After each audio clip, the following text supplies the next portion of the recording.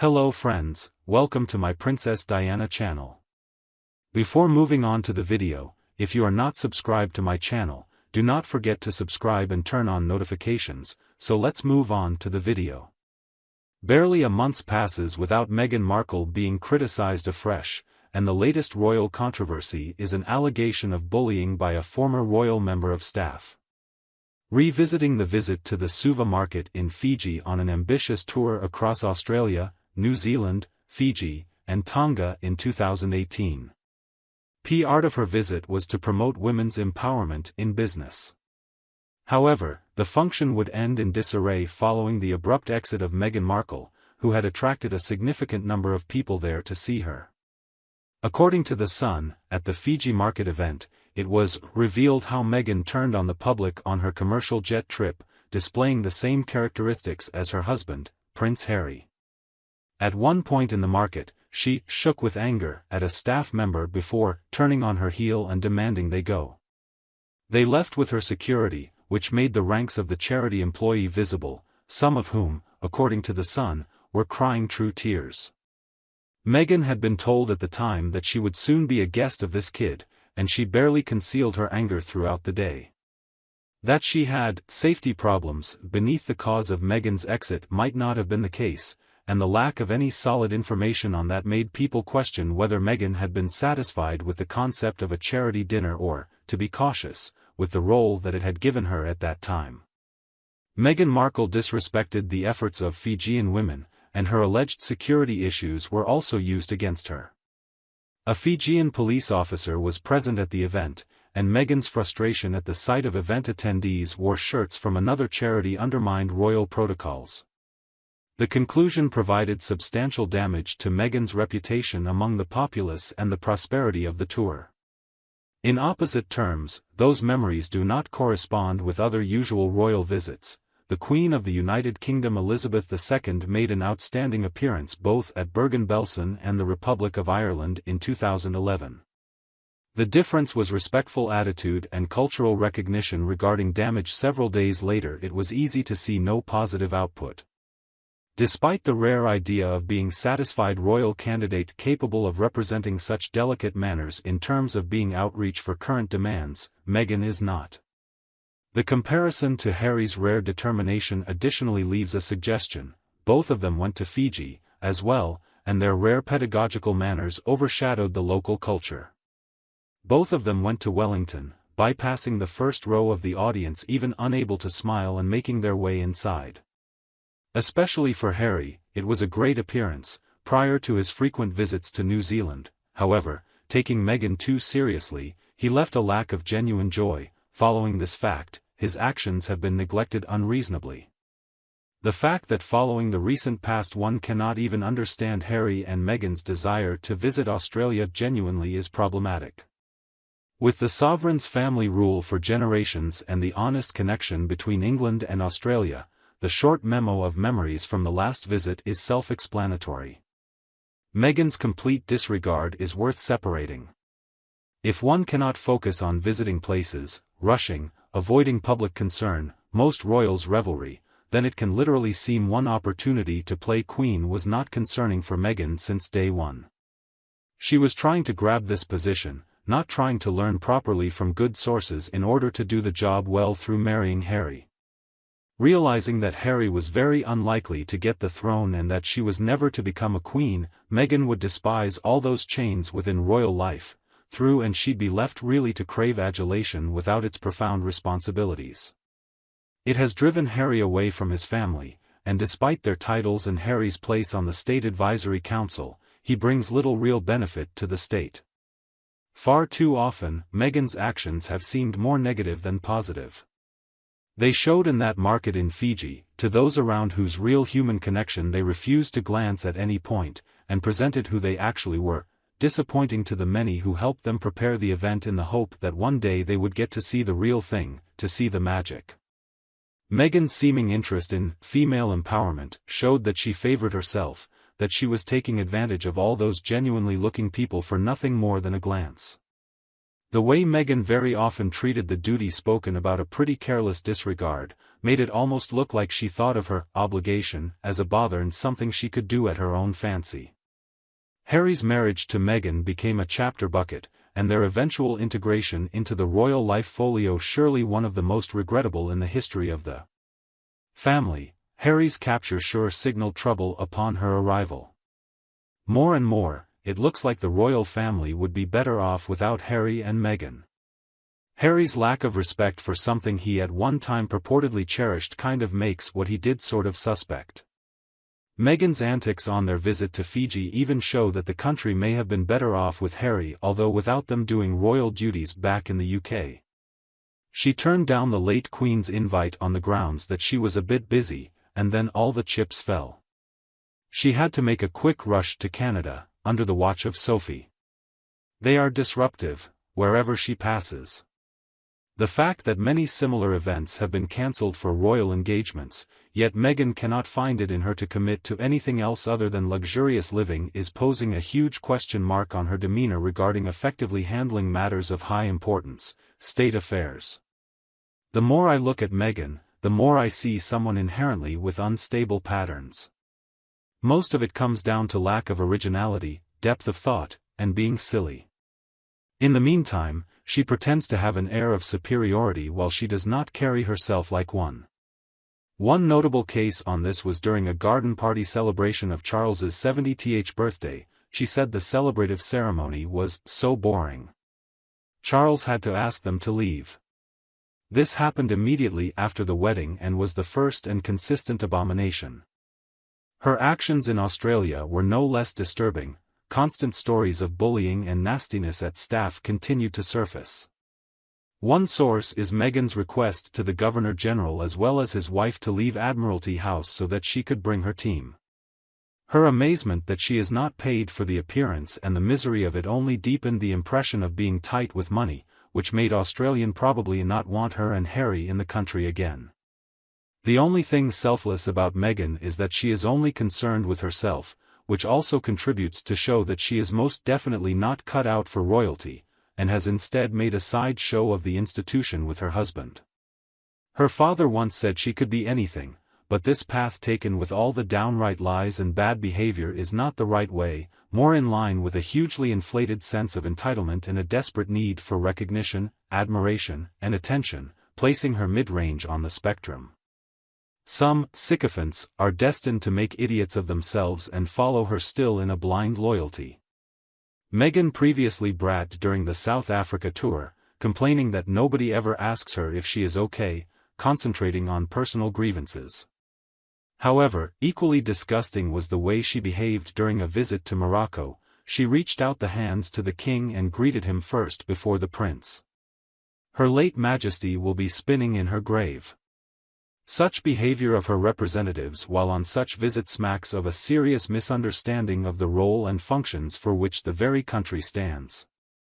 This, however, would only be proven when compared to the Queen of England's visit to Ireland, an ultimate goal which was to agree to a united future following a very troubled past. Consequently, she and Prince Philip displayed the utmost respect and acknowledging the nation's past. Harry and Meghan, on the other hand, would prove just how ignorant it appears they are, as we are about to see, sponsored by Meghan spending time in the market. That, of course, cannot happen if Harry and Meghan slack when fulfilling their official duties, just like the Engel heir does not. While it has traditionally been the case that every member of the royal family showed hard work and dedication to his or her work, Princess Anne, in my opinion, took it to another level in her behavior. I meet her at an event, and despite the rainy weather, she was very open with everyone, the employees, the volunteers, and the beneficiaries of the funds. She exhibited an accurate knowledge of each person, which was enough to start a conversation, and she expressed sincere thanks for their hard work and made sure they knew their work was very much appreciated. It is a stark contrast from Meghan's previous background before marrying and right into the starting years of her marriage with Harry, which continued to see her being at the receiving It is clear evidence that she did not want to take responsibility by the fact that she moved out of the United Nations Women Group. Immediately a rift emerged because of her rather too much insistence to take up a high-profile leadership position. However, one would actually raise alarming questions over how Meghan, in fact, interacted with the unwomen representatives on the Fiji market visit. Instead of being personal and responsible within her duties, Meghan allowed personal grudges to fill her responsibilities, and in turn, the ultimate result was a deplorable show of rudeness and disrespect. Seemingly without any warning, Meghan abruptly sent her royal staff to terminate the visit and leave the people who had been waiting for them in great excitement bewildered and disappointed by this thoughtlessness. Meghan's action highlights a lack of professionalism in several ways, not just for the show it plays to her dialogues but also the goodwill and excitement typical of royal visits. Meghan's unwillingness to respect fully well-meaning individuals from her challenging past highlights a callous and unprofessional concern and not aligned with the late Queen, who even hosted controversial guests in the name of diplomacy and duty.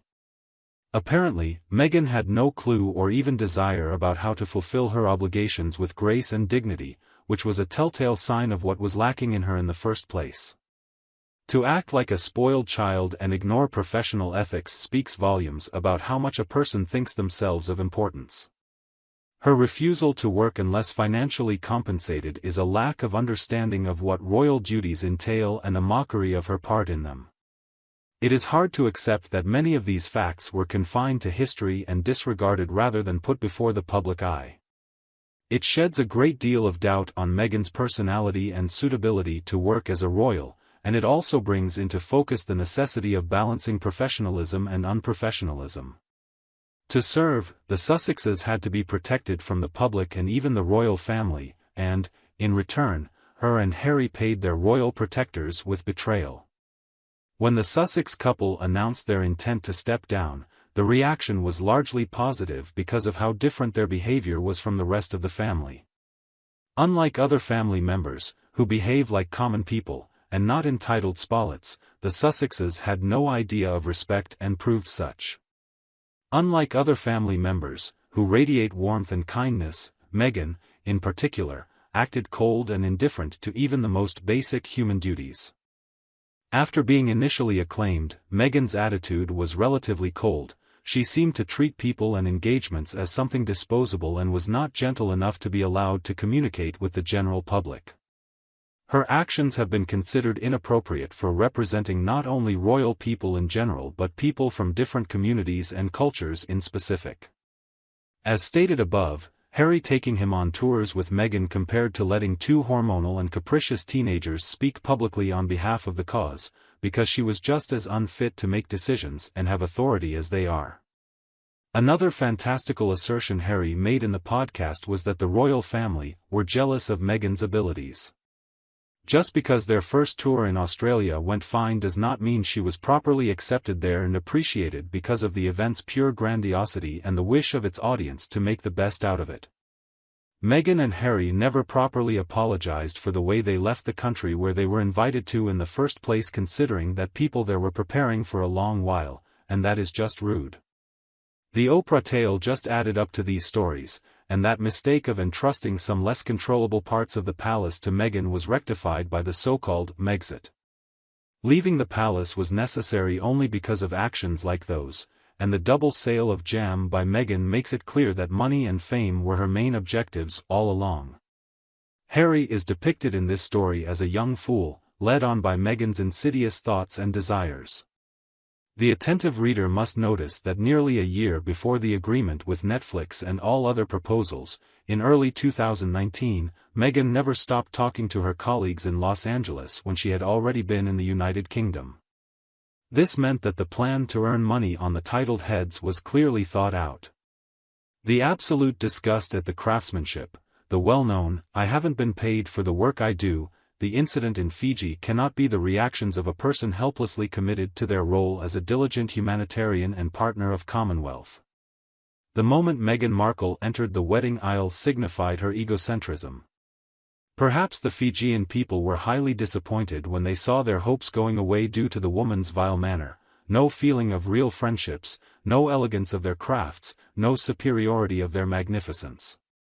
The woman was left to retire herself with vexing relationships and fame as a sufficient substitute for accomplishments through a small, failed venture of selling mulberry jam. As the door opened, she looked neither left nor right but straight ahead. It could not be rightly asserted that she gave each section attention to appear engagingly attentive, and nervous, and politic. She could feel a repugnance rising in herself. In reality, neither Meghan or Harry can be considered examples of royalty, which is proven by their behavior after marriage. Meghan abandoned her luxurious life, rejecting it, although they presented her with it, on a gold platter. And if she so adored the public's attention, it is not easy to believe that she and Harry would withdraw somewhere into a quiet, calm life. Harry's complaints that one can never escape attention do not match his ideas now. He wants everyone to pay attention to him. And even their titles mock, and it would be better if they were taken from them as soon as possible as depriving titles of a word, then they will not be able to use them even in the States. Their way of life mainly indicates that they consider themselves better than other representatives of British royalty, and everything they did is a priori right. The process of selecting Harry by ancestor Meghan makes doubt in the characters of both. Therefore, it is likely that the status of the title will be retracted from both.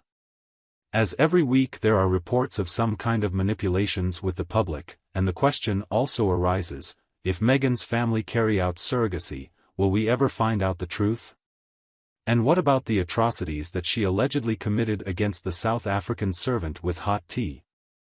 Perhaps the elite of royal reporters can operate for riveting pieces on the mystery of the fire at their house and invite guests from the palace, as well as spectators and staff who worked there on the day of the fire. Royal reporters were also eyewitnesses of their breaks with the British public and high-ranking people. Meghan allowed the son of the visited family to surrender before her, and she made a maleficent look at her mother when she interrupted a conversation with Harry. Do you remember when Meghan just disregarded the advice of aides and stepped ahead of the late Queen of the train? This insubordinance showed her thoughts of her contempt for the royal duties and beliefs, and the focus was placed on self-fulfillment and progression no matter the protocol or the respect for others. This is the same approach in which Meghan utilized Spotify when she should be doing something more when she was royal. This has been defined as selfish behavior that would make her and Harry feel their loss if the media were to lose interest in them.